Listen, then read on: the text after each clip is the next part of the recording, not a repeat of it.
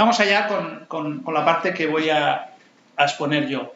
Aspectos fundamentales a considerar la verificación de verificación estructural de los pavimentos. Me voy a centrar en la verificación estructural, es decir, los esfuerzos que tiene que soportar un pavimento. Para ello, bueno, existen muchas metodologías. Tony ya hablará un poquito más de ellas, las presentará. Pero todas las metodologías, cuando las analizas, ves que hay una serie de puntos en común. Y además, cuando estás viendo actuaciones sobre pavimentos, verificaciones, te das cuenta que hay una serie de aspectos que pasan a ser protagonistas. Para mí, yo he diferenciado estas 5. Creo que prácticamente casi todos los problemas que yo he ido viendo están relacionados de una forma o de otra con este tipo de situaciones. Me vais a dejar que ponga el reloj en marcha, porque si no, pues uno... Y estaría mal que fuera yo el que...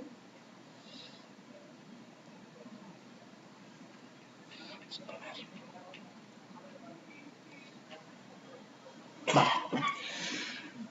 Yo he diferenciado el tener muy claro que los pavimentos deben diseñarse para el uso, es decir, el concepto de que un pavimento tiene 15 centímetros y se pone sobre una capa de grava y ahí se ha acabado, pues no es el adecuado. Sí que es el adecuado cuando uno trabaja exclusivamente en un ámbito concreto y ese pavimento pues le ha funcionado. Uno si exclusivamente trabaja en edificación y tiene que hacer pavimentos para parkings, pues seguramente ese sistema pues le ha ido funcionando y seguramente le seguirá funcionando. Pero hay que tener mucho cuidado con extrapolar e inferir ese diseño para otras situaciones. Hay que tener muy claro que el pavimento es para usarse para unos usos concretos. Lo digo porque también un cambio de pavimento pues puede implicar que un cambio de uso puede implicar que el pavimento no sea adecuado y hay que hacer alguna actuación. Otro tema son las plataformas de apoyo. Inevitablemente el pavimento va sobre una plataforma y esa plataforma que está compuesta por terreno, el terreno es un elemento heterogéneo del cual pues el grado de incertidumbre que tenemos sobre él pues suele ser importante, por lo cual hay que ser muy conscientes de ello. El hecho de que el pavimento interacciona con el terreno, es decir, que no podemos ver el pavimento como un elemento estructural y el terreno como un elemento geotécnico, sino realmente eso trabaja fruto de la interacción entre los dos elementos. El hecho de las juntas son las grandes protagonistas de los pavimentos, y cuando hablo de juntas hablo también del concepto de no junta, pero la junta es el gran protagonista del pavimento, sobre todo a efectos estructurales, y hay que ser muy consciente. Y después el mantenimiento, un gran olvidado en los pavimentos como en casi todas las cosas. Pero el pavimento es especialmente crítico cuando estamos buscando un pavimento con unos requerimientos un poquito especiales. Vamos a ver el tema del diseño para el uso. Hay que tener muy claro que un pavimento pues, puede estar sometido a situaciones realmente diversas. Vamos a hablar de pavimentos industriales, vamos a hablar de pavimentos portuarios, vamos a hablar de pavimentos en aeropuertos, en parkings, en carreteras, en interiores de naves, en procesos industriales. Realmente las cargas pueden ser muy diversas. Aquí os he hecho un poquito un listado. Pueden ser cargas dinámicas, es decir, estamos hablando de cargas que tendrán una componente dinámica importante, en el cual no solamente la parte de peso es importante, sino también la parte dinámica. Cargas puntuales, asociadas, pues, por ejemplo, a pequeñas estructuras, a vehículos en reposo. Cargas distribuidas, las cargas típicas de almacenaje, y además otro tipo de cargas como pueden ser, por ejemplo, las de montaje de maquinaria. Las maquinarias pues hay que trasladarlas por un pavimento y ese pavimento a lo mejor solamente ese momento puede ser el momento en que más trabaje ese pavimento en toda su vida útil. Por lo tanto, hay que ser muy consciente que un pavimento puede estar sometido a muchas tipologías de cargas. Y además, cada una de esas cargas requerirá un tipo de análisis concreto. No es lo mismo pues analizar un pavimento pensando en que va a someterse a unas cargas estáticas debido a la instalación de unas estanterías, que eso obligará a un tipo de análisis. En esta figura un poquito lo podéis ver. Cada tipo de carga pues requiere un tipo de análisis. Uno sería el hormigón a flexión, otro sería análisis de punzonamiento, otro sería el hormigón a flexión pero la parte negativa. Es decir, que cada carga requiere un tipo de análisis. Pero no solamente eso. Dentro de cada una de las familias de las cargas nos podemos encontrar unas variaciones realmente muy importantes. No nos sirve decir, no, este pavimento es adecuado para que vayan las carretillas de almacenaje. De carretillas de almacenaje hay muchas tipologías y os podéis llegar a sorprender la diferencia entre unas y otras. Yo aquí he puesto unas cuantas, pero Tengo referencias de carretillas, aquí habla de 17 toneladas por eje, pero tengo referencias de carretillas de 40, de 60 toneladas las carretillas portuarias, ¿vale? Entonces, se ha de ser muy consciente, muchas tipologías de cargas, pero además dentro de cada una de esas tipologías los rangos pueden ser tremendos. Estamos hablando de tremendos, o sea, la carretilla normal sería esta de 2,6 toneladas, esa carretilla que vemos mucho que las alquilan en las obras, pero es que podemos llegar a 40 toneladas por eje. Pero no solamente eso, no solamente es la carretilla, es que la carretilla va a apoyarse en el pavimento mediante unas ruedas, pues las ruedas pueden ser muy diferentes. Desde una rueda que trabaje a 3 kilos centímetro cuadrado, que sería la presión de la rueda, una rueda neumática de un vehículo, de un coche, pasando por ruedas rígidas de caucho que trabajen a 7 o 8 kilos centímetro cuadrado, que también serían una rueda de presión de un camión, pero llegando a ruedas rígidas de 20 kilos centímetro cuadrado. Esto es un rango más o menos habitual, pero yo tengo leídos prescripciones técnicas de carretilleros que hablan de 70 kilos centímetro cuadrado de presión en el hormigón directamente. Por tanto, de eso se ha de ser muy consciente. Pero además también se ha de ser muy consciente de que las cargas tienen una componente dinámica importante. Aquí os he puesto un poquito esta referencia. 30 días... Imaginaros una junta de un pavimento que cada 2 minutos pasa una carretilla. 2 minutos no es mucho, ¿eh? Hay juntas que van a trabajar más. Pues en una hora pasarán 30 veces, multiplicado por 10 horas, por 365 días, por 10 años. Ya tenemos 1 millón de golpes. Pum, pum, pum, pum. 1 millón. Fijaros que ese millón, si nos vamos a una curva... Digamos, esta es una figura que lo que te está diciendo de alguna forma es hasta qué punto, con qué resistencia del hormigón puedes contar en el caso de que haya cargas dinámicas y no estáticas. Te está hablando de que, bueno, pues si estamos en cargas estáticas, pues estarías en el 100% de la resistencia, pero si nos vamos a cargas dinámicas con 10 elevado a 6, y estamos aquí, y no he dicho ninguna barbaridad, he hablado de una junta por donde pasa una carretilla cada 2 minutos. Nos vamos aquí y estamos hablando del orden de 0,5, de la mitad de la resistencia a compresión del hormigón que podemos utilizar. Este es un parámetro más o menos habitual, trabajar con la mitad de la resistencia a compresión. Este dato es importante. Y fijaros aquí, os he hablado de una cosa muy normal, pero una de las situaciones a mí que se me han dado es, pues, un almacén robotizado, donde las carretillas eran robotizadas. ¿Qué significa una carretilla robotizada? Pues una carretilla robotizada significa esto. Una carretilla robotizada significa no esto, sino 10 o 1000 veces más. ¿Por qué? Porque la carretilla robotizada pasa por la misma junta, pero por la misma junta más o menos 1 centímetro todos los días, 24 horas y a una velocidad tremenda. Entenderéis que ese pavimento está sometido a unos esfuerzos realmente muy importantes. Claramente está aquí, si no más, y encima le estamos dando una carga muy importante porque es un golpe seco en esa junta. Vamos a hablar ahora de las plataformas. Hay una cierta tendencia a olvidarlo, pasa. Cuando estamos hablando de situaciones de incertidumbre, pues hay una cierta tendencia a olvidarse lo que es apartar la parte de incertidumbre. En plataformas es muy importante porque la plataforma, que digamos que sería sobre la que se apoya el pavimento, podríamos dividirla entre subbase y explanada. Lo que pasa es que aquí si cogéis bibliografía encontraréis base, subbase, explanada, toda una serie de elementos de nombres, pero conceptualmente vamos a decir que una es el gran apoyo, el otro es una especie de tratamiento superficial, que es el típico que tenemos normalmente de 14-15 centímetros de grava, y después encima el hormigón. ¿Qué función tiene esa plataforma? La estabilidad frente a las acciones, es decir, que esto sea estable, y cuando digo estabilidad frente a las acciones estamos hablando de vibraciones, de humedad. Hay plataformas que puede que no sean estables, es decir, que en principio están bien, pero cuando tú las inundas, pues colapsan. Una plataforma adecuada no tiene que pasar eso. Y después la rigidez y la capacidad portante. ¿Por qué? Porque la rigidez y la capacidad portante es lo que va a permitir que la plataforma pueda trabajar adecuadamente. Aquí aparecen 3 conceptos que, hablando con la gente, con los técnicos, veo que se confunden un poco.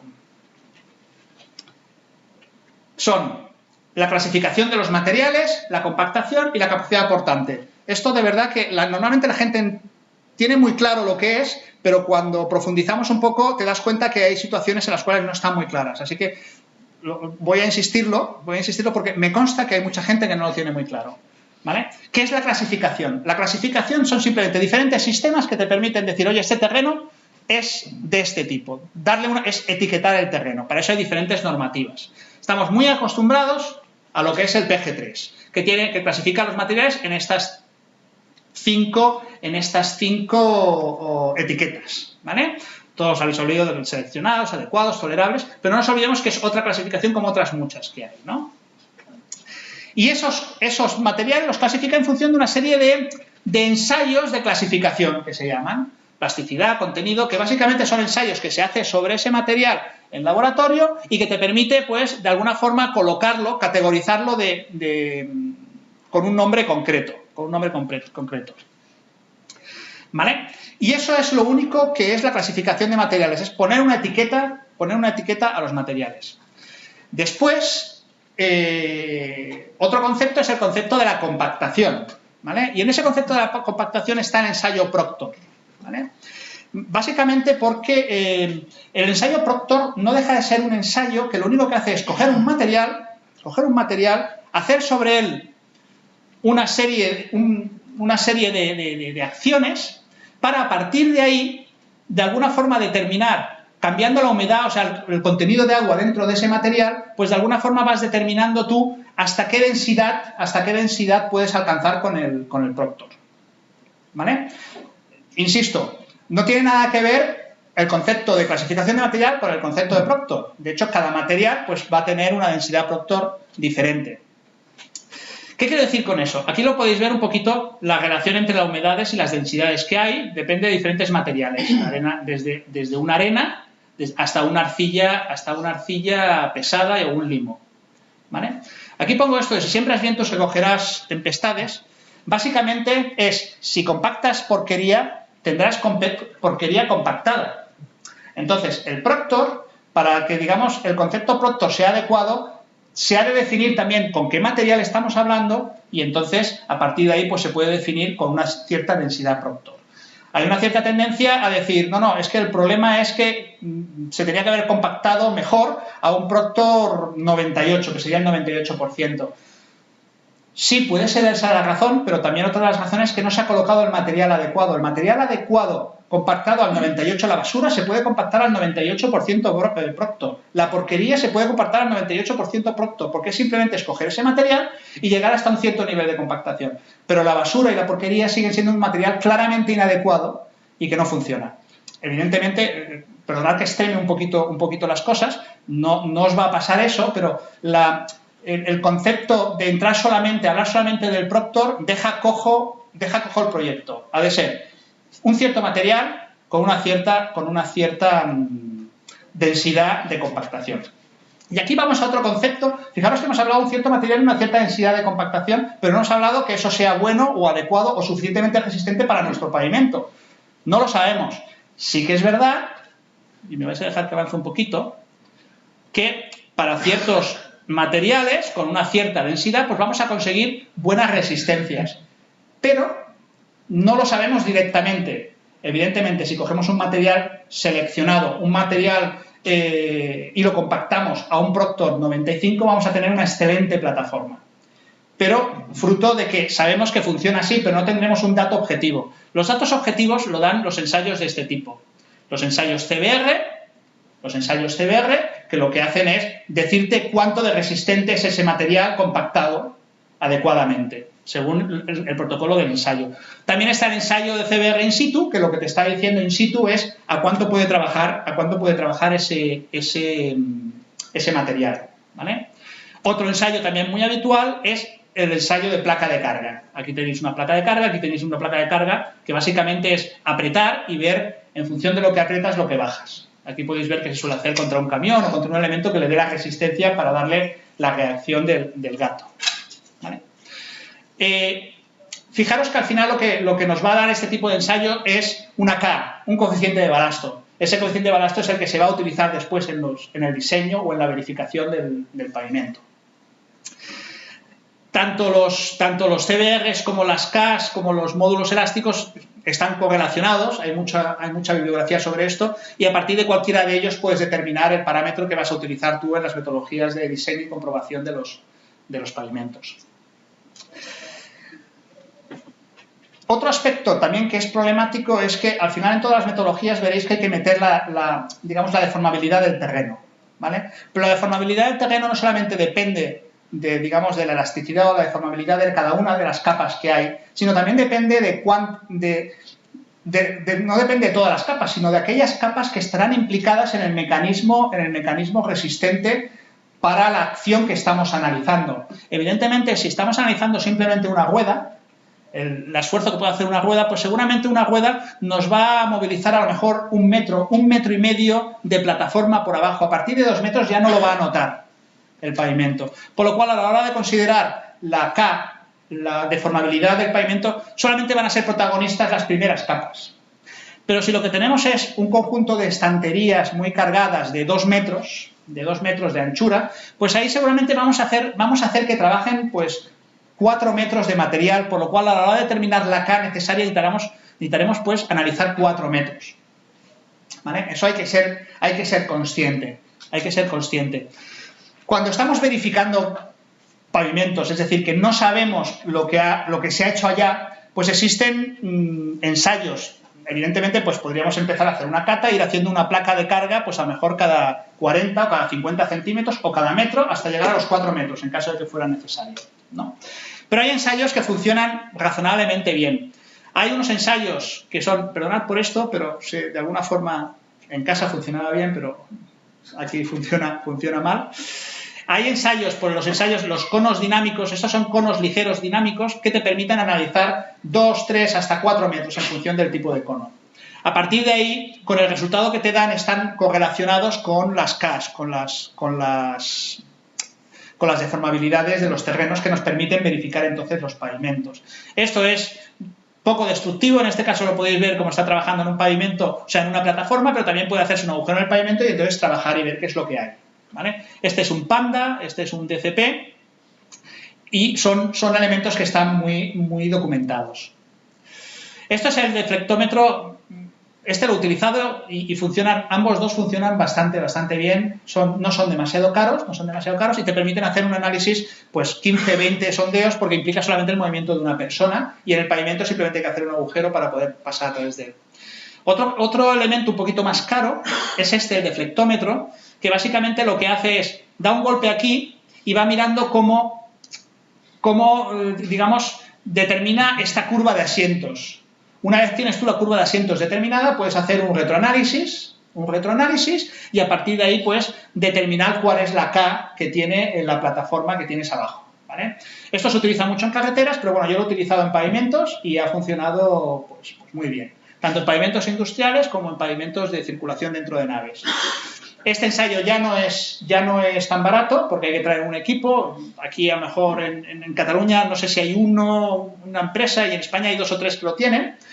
Es caro, pero para grandes superficies pasa a ser barato porque te permite hacer un análisis muy extendido y para pavimentos importantes pues está muy bien. Vamos al tema de la interacción entre el pavimento y el terreno. Hablará más de esto Tony, pero el concepto es que tenemos por un lado un hormigón armado, hormigón con fibras, hormigón pretensado y tenemos después un terreno, ¿vale? He puesto esta fotografía porque en la inmensa mayoría de los pavimentos el pavimento no está armado, por lo cual trabaja, digamos, trabaja como si fuera un hormigón en masa y ahí entra el concepto de flexocompresión, es decir, que realmente necesitamos las tracciones del pavimento. Por eso los pavimentos con fibras están funcionando bastante bien porque le da ese componente de tracción al pavimento interesante. Y este es un ensayo de flexotracción, ¿vale?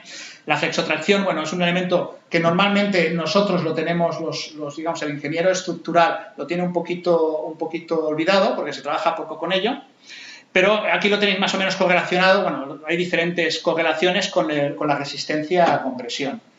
Más resistencia a compresión, pues más flexotracción. Pero hay que tener cuidado porque la flexotracción rápidamente la gente te puede mencionar, oye, flexotracción de 4,5 megapascales, y entonces ahí te vas a hormigones de resistencias de 450 o 500 kilos centímetro cuadrado. Así que hay que andarse con cuidado con esos requerimientos. La flexotracción, digamos, la correlación hace que necesites un hormigón de una calidad muy importante. Es lógico, porque realmente estás haciendo trabajar a tracción el hormigón, y ya sabéis que no es su mejor característica, el trabajar a tracción para los hormigones. Pero al final el concepto de todos los diseños pasa por interaccionar los terrenos y la capacidad del hormigón. Aquí podéis ver, esto es una típica gráfica para una carretilla que tenga un eje simple de 24 toneladas. Pues aquí tenéis diferentes curvas para cada una de las flexibilidades o de las rigideces del terreno. Aquí tenéis imaginaros que estéis trabajando sobre un pavimento de 18 centímetros de canto, estáis con un hormigón, resulta que solamente trabaja la plataforma a 2 kilos centímetro cúbico, porque estamos hablando de módulo de balasto, pues necesitarías un hormigón de 60 kilogramos centímetro cuadrado a flexocompresión o flexotracción. 60, pues realmente es un hormigón que no lo vas a encontrar salvo que sea. Es decir, ahí mismo estarás viendo que el grave problema que hay es que ese pavimento no puede aguantar una carretilla de 24 toneladas, que vas a tener que hacer una actuación. Esta es otra verificación. También son sistemas que se basan en lo mismo. Entras por un lado con la flexibilidad o con el módulo de balasto, entras por otro lado con el esfuerzo, y a partir de ahí pues determinas si sirve o no sirve. Y te sirven para verificar, pero conceptualmente fijaros que se mete el canto del pavimento, fijaros que se mete la resistencia del pavimento, y fijaros que se mete el tipo de terreno y la acción que le vas a hacer. Todo interacciona, por eso salen ese tipo de figuras así un poquito, que la veréis en todos los sistemas. Dentro de los pavimentos hay este concepto en la base, y básicamente es que quería descartar esta creencia que tiene mucha gente, de que una vez, aunque no tengas un material demasiado bueno, le pones 15 o 20 centímetros de grava buena y la compactas bien, y eso ya va a aguantar todo lo que vayas a hacer encima. Entonces, eso es claramente falso. De hecho, esa grava va a mejorar un poquito las características del material. Está bien, pues a lo mejor lo mejoran 10, 15, un 20% la rigidez de la plataforma, pero no más. La plataforma sigue estando abajo y sigue siendo aún blanda, blanda y a lo mejor no suficiente para las cargas que estamos haciendo. Pero eso no significa que no hay que darle importancia a esa base, porque tiene importancia y mucha, ¿no? Te permitirá el drenaje, te permitirá la regularización, te permitirá tener una plataforma adecuada para hacer el pavimento. Más de un pavimento tiene problemas simplemente porque la plataforma es mala, y te pones a hacer catas en pavimentos existentes y en un sitio tiene 20 centímetros y en otro sitio tiene 12 centímetros. Llegas a la conclusión incluso que no ha habido una mala fe, sino simplemente que es que la plataforma estaba circulándose por ella y entonces simplemente se ha hecho mal. Y después también hay temas de pequeños colapsos o temas de expansividades que este material pues puede, a lo mejor no neutralizarlo, pero mantenerlo mejor dentro de unas problemáticas más o menos razonables. Pero insisto en este tema, esa plataforma es importante, pero a nivel resistente no es la panacea. El siguiente tema son las juntas. El pavimento es un elemento que trabaja muy condicionado por las juntas. Fijaros lo que pasa en una rueda si esta junta no trabaja adecuadamente. Pues llega aquí y golpea esta esquina. Eso es muy problemático. Eso es muy problemático por los efectos dinámicos que hemos hablado, por efectos de agotamiento del propio hormigón. Entonces, la junta tiene la función de hacer que esto pues, sea mucho más suave y disminuya muchísimo esas acciones. Y eso es muy importante. Es muy importante porque el nivel de cargas que va a soportar el hormigón, que va a soportar el pavimento, está muy condicionado al buen funcionamiento de las juntas. Si la transmisión es adecuada, el pavimento va a trabajar muchísimo, además de que las juntas no van a tener esos saltos entre los labios, que tiene su componente, su parte dinámica, pero también el pavimento va a trabajar de forma inmensamente más eficiente. Las cargas, los esfuerzos, si os ponéis un día a hacer, porque ahora tenemos la posibilidad de utilizar métodos numéricos muy interesantes, pues veis hasta qué punto condicionan los esfuerzos el hecho de que las juntas funcionen o no funcionen, ¿no? Pero no solamente eso, también un pavimento, por su propia naturaleza, está sometido a una serie de esfuerzos, vamos a decir, no puramente estructurales, aunque finalmente generan esfuerzos estructurales. Pues, por ejemplo, la temperatura le va a generar este tipo de deformaciones. Cambios de humedad entre la superficie de arriba y la superficie de abajo también genera este tipo de deformaciones. Entonces, si tú aquí no tienes la junta para que frene esto, este tipo de situaciones mezcladas con la acción de la circulación, pues te van a generar esfuerzos que normalmente no has considerado. Aunque haya sistemas para considerarlos, pero normalmente no los vas a considerar, además que tienen una grandísima incertidumbre. Juntas, pues mira, aquí tenéis la típica junta de todos, de toda la vida, que básicamente consiste en hacer un corte en el primer tercio del pavimento, y entonces pensar que cuando se produzca la retracción del pavimento, pues se va a romper. Pero se va a romper no tanto como para que este mecanismo siga siendo funcional a efectos de transmitir el esfuerzo de un labio a otro. Es decir, que aquí haya una rugosidad, ¿vale? Fijaros que ese concepto pues tiene una limitación. Ahora me aviso a mí mismo que ya tengo que andarme con... Ese concepto pues tiene una limitación, ¿vale? Pues porque ya os podéis imaginar que esta estructura, este tipo de junta, donde se basa simplemente en que en los áridos pues la rugosidad impida el movimiento, pues está limitada, ¿no? Cuando tenemos esfuerzos más grandes, pues disponemos en el mercado pues una serie de elementos. Estos son unos conectores que lo que te permiten es aumentar esa capacidad de transmitir el esfuerzo de esta pastilla a la siguiente. O juntas más elaboradas, como podría ser esta, que está en el mercado, que además te cubre la parte digamos, de una transmisión adecuada y además que muy fácil de tratar. Aquí podéis ver una sección. En el mercado hay muchas. Otro aspecto fundamental, y aquí acabo, es el mantenimiento. El mantenimiento de las juntas. Cuando la gente que trabaja con pavimentos, sobre todo en entornos industriales, son muy conscientes de cuando se produce una rotura en un pavimento, o cuando una junta, el propio sellado de la junta, porque se suelen sellar las juntas, el propio sellado empieza a fallar, pues simplemente porque se va retrayendo, se va envejeciendo el caucho, pues hay que repararlo. ¿Por qué? Pues porque una infiltración de agua a través de esa junta va a ir directo a la plataforma. Porque la infiltración del agua puede generarte fenómenos como el pumping, que llaman, que básicamente es que aquí tienes un material que además ha entrado agua y tú a base de golpear aquí empieza a salir material para arriba. Y esto al final te genera un hueco que te rompe el pavimento. Entonces, ahí el mantenimiento es tremendamente crítico. Hay que vigilar las juntas, ¿vale? Repasar que funcionen bien. En el caso de que no funcionen bien una junta, por la razón que sea, que se haya roto esa adherencia, pues habrá que repararla, porque si no vas a tener problemas, si estamos hablando de un pavimento de requerimientos importantes. Después, hay que tener muy claro para lo que se ha pensado el pavimento. Estamos en un proceso industrial, en procesos industriales, pues los pavimentos... Hay pavimentos que están pensados simplemente para almacenaje, otros para circulación, otros son mixtos, pero de repente además puede haber un cambio porque llega una maquinaria y hay que cimentarla sobre ello. Entonces puede darse la circunstancia de que eso no sea posible. Entonces hay que ser conscientes para que es posible. La infiltración de agua es crítica, o sea, hay que impedir bajo toda consta de que haya una infiltración, una puntual, pues son cosas que pasan, pero una infiltración constante debajo de un pavimento, independientemente de que la plataforma esté muy bien, va a generar problemas.